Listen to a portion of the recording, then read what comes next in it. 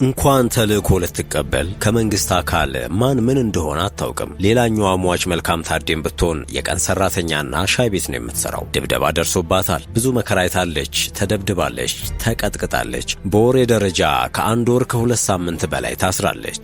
ይህንን ያሉት በፋኖ ኃይሎች የተገደሉትን 3ቱን ሴቶች በተመለከተ ቃላቸውን ለቢቢሲ የሰጡት የአንደኛዋ ሟች ማለትም የትህትና ዘመድ የሆኑትና የወረዳው የትራንስፖርት ጽሕፈት ቤት ኃላፊ ዘውዱ ደምስ ናቸው። የአማራ ፋኖ ብሔራዊ ኃይል ማዕከላዊ ኮማንድ አባል አስረስ ማረግን ስለላ ላይ ተሰማርተዋል በማለት የሚከሷቸውንና የተገደሉትን ሴቶች እንደ ተዋጊ ኃይል እንደሚቆጥሯቸው ይናገራሉ። በሕገ ደንባችን መሰረት ለጠላት ስለላ ስራ ሲሰራ የተገኘ ማንኛውም ሰው ላይ የሞት ቅጣት እርምጃ እንደምንወስድ፣ ሌላም አካባቢ ተመሳሳይ እርምጃዎችን እንደምንወስድ ይታወቃል ይላሉ። ከፋኖ ጋር ፍልሚያው ይቀጥላል ያለው የአማራ ክልል መንግስት በበኩሉ ጽንፈኛ ሲል የወነጀለውን የፋኖን ቡድን የህዝብን መጠቀሚያ መሰረተ ልማቶችን አውድሟል፣ የነገ ሀገር ተረካቢ ትውልድ እንዳይኖር የትምህርት ስርዓቱን አስተጓጉሏል፣ መምህራንን ገድሏል፣ የሚማሩ ህፃናት ላይ ቦምብ በመጣል ጉዳት አድርሷል፣ ከራሱ ሐሳብ ጋር አልሄዱም ያላቸውን በሐሳብ ልዩነት ብቻ ረሽኗል፣ የሀገር ሽማግሌዎችንና የሃይማኖት አባቶችን ገድሏል፣ ትርፍ አምራቹ አርሶ አደር ያመረተውን ለገበያ እንዳይሸጥና ግብዓት እንዳይቀርብለት ከልክሏል፣ የምርትና አገልግሎቶችን እንቅስቃሴ ገድቧል፣ እገታና መሰል የሽብር ተግባራትንም በስፋት ፈጽሟል ሲል ይከሳል። ይህ የሽብር ተግባር ነው በማለት የውስጥና የውጭ ጠላቶች በተቀናጀ መልኩ ኢትዮጵያን ለማፍረስ ክልሉንም በልዩ ልዩ የሴራ መንገዶች ማዳከም በሚል የሚከተለው እቅድ በመሆኑ በግልጽ ሁሉም ሊገነዘበውና ሊታገለው ይገባል የሚል ጥሪም አቅርቧል። ነገሩ ከሰሞኑ መነጋገሪያ ስለሆኑትና በፋኖ ኃይሎች ከተገደሉት ሴቶች ህልፈት በኋላ የተሰማ ነው። 3ቱ ሴቶች ዕድሜያቸው ከ17 እስከ 19 የተባሉት እንስቶች በአንድ በኩል በቀን ስራ ላይ የተሰማሩና ምንም አይነት ፖለቲካዊ ጉዳይ የማያውቁ ንጹሃን መሆናቸውን የመንግስት አካላትና ዘመዶቻቸው ይናገራሉ። ግድያውን የፈጸሙት ታጣቂዎች ግን 3ቱ ሴቶች ለጠላት ሲሰልሉ በመገኘታቸው እርምጃ የተወሰደባቸው ናቸው በማለት ይሟገታሉ። ሰላም ውድ ቤተሰቦቻችን እንዴት አላችሁ? በዚህ የመረጃ ቅኝታችን መገደላቸው መነጋገሪያ ስለሆነው 3 ወጣት ሴቶችና ሟቾቹን በተመለከተም ከዘመድና ከመንግስት ምን ተባለ፣ የታጣቂዎቹ አመራሮችስ ምን ይላሉ የሚለውን በዝርዝር እንመለከታለን። እንደተለመደው እያዳመጣችሁን አብራችሁን ቆዩ።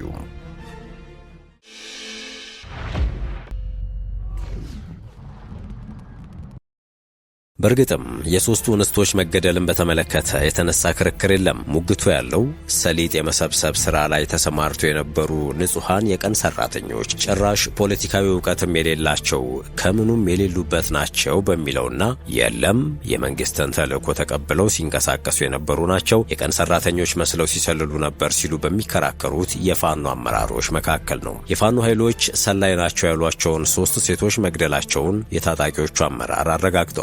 ነገሩ የተፈጸመው በአማራ ክልል ምስራቅ ጎጃም ዞን ውስጥ በሚገኘው ደብረ ኤልያስ ወረዳ ነው። ድርጊቱ መፈጸሙን ለቢቢሲ ያረጋገጡት የአማራ ፋኖ ብሔራዊ ኃይል ማዕከላዊ ኮማንድ አባል አስረስ ማረ ዳምጤ 3ቱ ሴቶች ለጠላት ሲሰልሉ በመገኘታቸው እርምጃ መወሰዱን በመጥቀስ እርምጃውን ተከላክለዋል። የደብረ ኤልያስ ወረዳ ባለስልጣናት በበኩላቸው ግድያው የተፈጸመው የቀን ስራ ላይ ተሰማርተው በነበሩ ሴቶች ላይ እንደሆነና ከመካከላቸው አንዷ የመስማት ችግር ያለባት እንደሆነች በመግለጽ ታጣቂዎችን ከሰዋል። ከ17 እስከ 19 ዓመት ዕድሜ ያላቸው 3 ሴቶች ከደብረ ኤልያስ ከተማ ወጣ ብሎ ባለ ጥጃ ጎጠር መገንጠያ የተባለ አካባቢ ተገድለው የተገኙት ማክሰኞ ታኅሳስ 21 2018 ዓመተ ምህረት እንደሆነ የወረዳው የሰላምና ደህንነት ጽሕፈት ቤት ኃላፊ ደምስ አለኸኝ ይናገራሉ።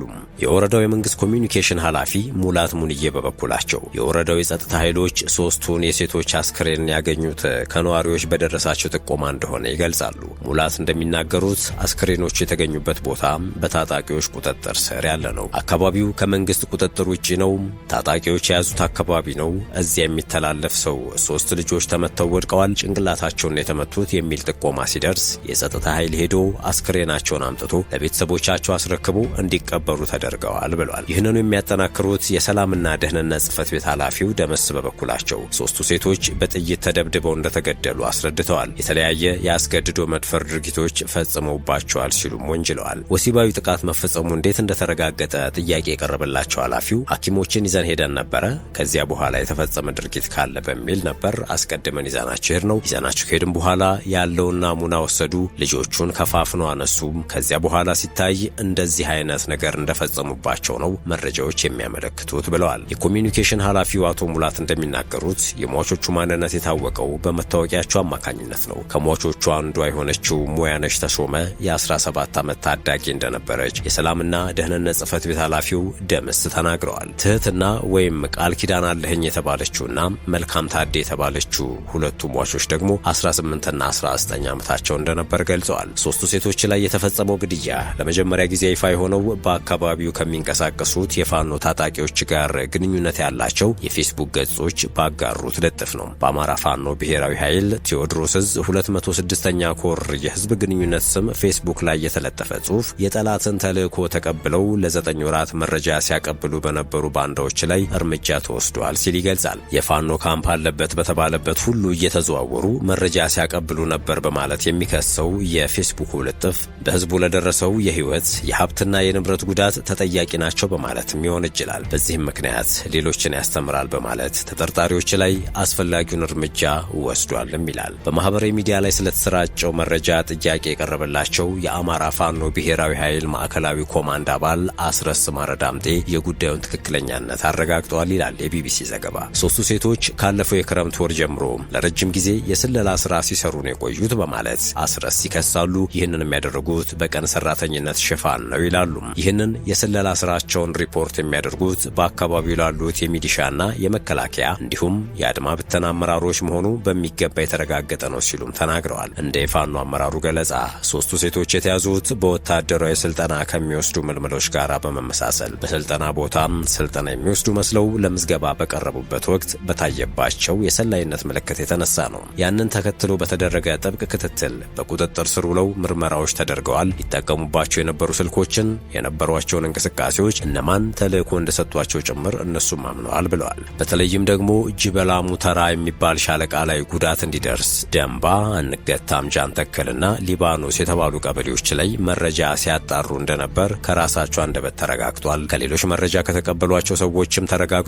ከያዟቸው የግንኙነት መሳሪያዎችም ጭምር ተረጋግጧል በማለት ተናግረዋል። የደብረ ሊባኖስ ወረዳ አመራሮች ግን ወጣቶቹ ሴቶች የስለላ ስራ ላይ ተሰማርተው ነበር መባሉን አይቀበሉትም። የወረዳው የሰላምና ደህንነት ጽሕፈት ቤት እንዲሁም የኮሚኒኬሽን ኃላፊዎች ግድያው የተፈጸመው ሰሊጥ የመሰብሰብ ስራ ላይ ተሰማርተው በነበሩ የቀን ሰራተኞች ላይ እንደሆነ በመግለጽ የታጣቂዎቹን እንጀላ ውድቅ አድርገውታል። ከሟቾቹ አንዱ የሆነችው የትህትና ዘመድና የወረዳው ትራንስፖርት ጽሕፈት ቤት ኃላፊ የሆኑት ዘውዱ ደምስም በተመሳሳይ እንኳንስ ተልዕኮ ልትቀበል ከመንግስት አካል ማን ምን እንደሆነ አታውቅም ሲሉ ይከራከራሉ። ሌላኛዋ ሟች መልካም ታዴም የቀን ሰራተኛና ሻይ ቤት ነው የምትሰራው ይላሉ። በታጣቂዎች ፌስቡክ ላይ በተለቀቀው ቪዲዮ ላይ ዘመዳቸው የሆነችው ሟች ስማቸውን በመጥቀስ የጸጥታ ኃይል አስተባባሪ እንደሆኑ መናገሯን ያነሳሉ። እኔ ደግሞ ስራዬ ከፖለቲካ ጋር የሚያገናኝ ሳይሆን የመንገድ ትራንስፖርት ኃላፊ ነኝ የሚሉት አቶ ዘውዱ በቪዲዮ ላይ ይህንን የተናገረችው በተፈጸመባት ድብደባ ምክንያት ነው ብለው እንደሚያምኑ አስረድተዋል። ድብደባ ደርሶባታል፣ ብዙ መከራ አይታለች፣ ተደብድባለች፣ ተቀጥቅጣለች፣ በወሬ ደረጃ ከ1 ወር ከ2 ሳምንት በላይ ታስራለች። የምታውቀኝ እኔ ስለሆንኩኝ ዘውዱ ብላ ተልዕኮ ተሰጥተኝ ነው እንዲህ ነው የሚል መልእክት አስተላልፋለች ሲሉ ተናግረዋል። ሁለቱ የወረዳ አመራሮችን በተመሳሳይ የተወነጀሉበትን ድርጊት ያመኑት በድብደባ ነው፣ ድብደባ ተፈጽሞባቸውን የሚል መከራከሪያን አንስተዋል። የአማራ ፋኖ ብሔራዊ ኃይል ማዕከላዊ አመራሩ አስረስ ማረ ዳምጤ ግን በሶስቱ ሴቶች ላይ ድብደባና ወሲባዊ ጥቃት ተፈጽሟል በሚል የቀረበውን ክስ ውድቅ አድርገውታል። የፋኖን ስም ለማጥፋት የመንግስት ሰዎች የሚናገሩት ነገር ሐሰተኛ ውንጀላ ነው ሲሉ ያጣጣሉት አስረስ በአካባቢው ከሚገኘው ሕዝብ መካከል መርጠን እነዚህን 3 ሴቶች ላይ እርምጃ ልንወስድበት የምንችልበት አንዳችም የተለየ ምክንያት የለም ሲሉ ተከላክለዋል። የደረሰባቸውም የጾታ ጥቃት የለም። ቃለ ምልልሱንም የሰጡት በነጻነት ያለምንም አስገዳጅነት የተሰጠ መረጃ ነው። ሰራዊቱ በተለየ ሁኔታ እነሱ ላይ ጾታዊ ጥቃት የሚያደርስበት፣ በተለየ ሁኔታ ደግሞ እነሱ ላይ እርምጃ የሚወሰድበት ሌላ ምክንያት የለም በማለት መከራከሪያቸውን ያጠናክራሉ።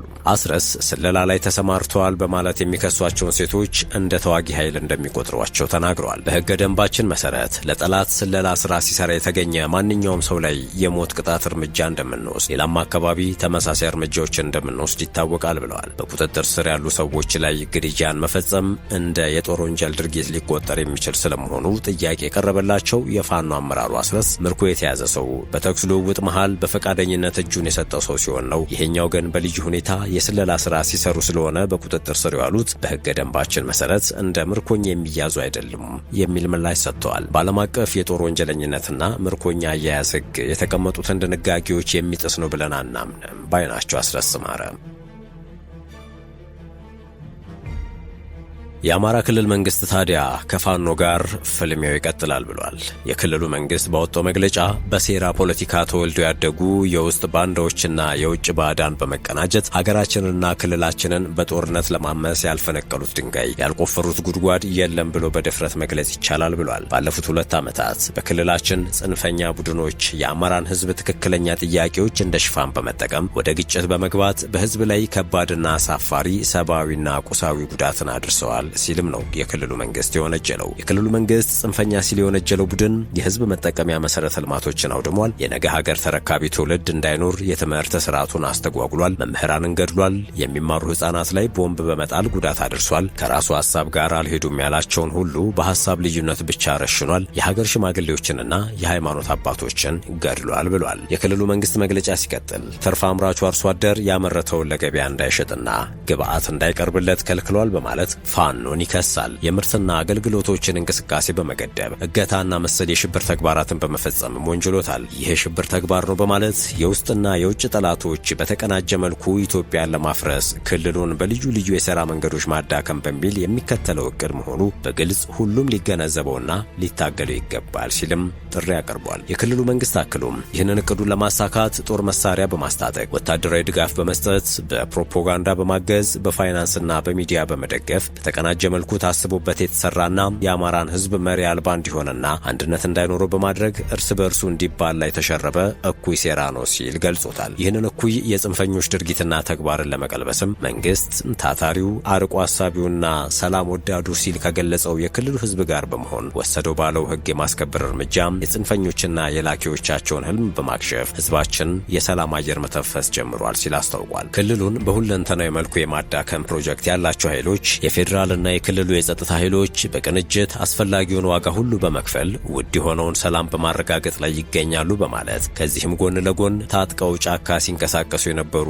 በሺህ የሚቆጠሩ ኃይሎችም የክልሉን መንግስት የሰላም ጥሪ ተቀብለው በመግባትና ወደ ህብረተሰቡ በመቀላቀል መደበኛ ህይወታቸውን እንዲመሩ ማድረግ ተችሏል። ይሄ የሰላም ጥሪ አሁንም ተጠናክሮ ይቀጥላል ባይ ነው። መግለጫው ሲቀጥል የፋኖ ኃይሎች ተግባር ለአማራ ህዝብ ከፍተኛ በደል እያስከተለ መሆኑና ታጣቂው ከአማራ ህዝብና ከኢትዮጵያ ጠላቶች ጋር በመቀናጀት ሀገር ለማፍረስ በተላላኪነት እያገለገለ መሆኑን ተረድተዋል ያላቸው ወጣቶችና ቡድኖች መንግስት ያቀረበላቸውን የሰላም ጥሪ እየተቀበሉ ነው ብሏል። ለዚህም ደግሞ ከማስረሻ ሰጤና አፋህድ ከተባለው ድርጅት ጋር ተደረገ ያለውን ድርድር ለአብነት ጠቅሷል። ጎን ለጎንም የክልሉ መንግስት የአጭርና የረጅም ጊዜ ስትራቴጂክ እቅድ አዘጋጅቼ ወደ ስራ በመግባት በግብርናም፣ በኢንዱስትሪ፣ በማዕድን፣ በቱሪዝም፣ በሳይንስና ቴክኖሎጂ ዘርፎች እመርታዊና ተመጋጋቢ እድገት በገጠርና በከተማ ለማስመዝገብ አልሜ እየሰራሁ ነው ብሏል። ነገር ግን አሁንም ድረስ የመንግስትን የሰላም ጥሪ ወደ ጎን በመተው የክልላችንን ሰላም ጥያቄ ውስጥ የሚከቱ ኃይሎችን የማንታገስና የመንግስት ቀዳሚ ተግባር የሆነውን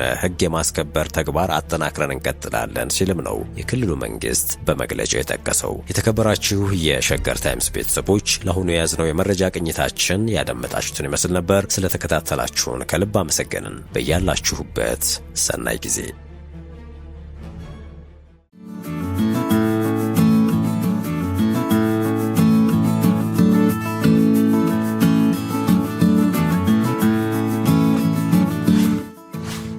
ሸገር ታይምስ ሚዲያን ሰብስክራይብ በማድረግና ደወሉን በመጫን ይከተሉን።